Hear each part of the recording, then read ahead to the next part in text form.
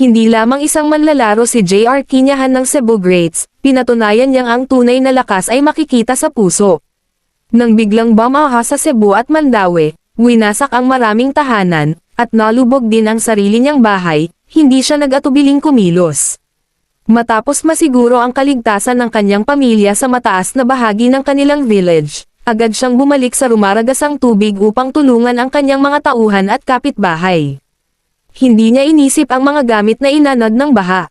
Sa halip, iniuna niya ang buhay ng mga taong hindi makaalis. Sa tulong ng kanyang mga empleyado, paulit-ulit siyang bumalik sa malakas na agos, gamit ang kanyang malaking pangangatawan upang sumuporta at maghatid ng mga nangangailangan sa ligtas na lugar. Kabilang sa kanyang nailigtas ang isang sanggol na 3 buwan pa lamang, isang taong gulang na bata, at ilang matatanda. Gumamit pa siya ng isang lumulutang na drum bilang pansamantalang bangka upang maiahon sila. Bagamat halos wala nang natira sa kanyang bahay, hindi nagbago ang kanyang kabutihan.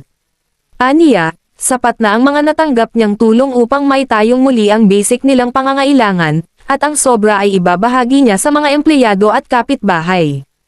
Para kay JR, ang pagiging bayani ay hindi medalya, kundi pagpiling tumulong sa oras ng pinakamalaking pangangailangan.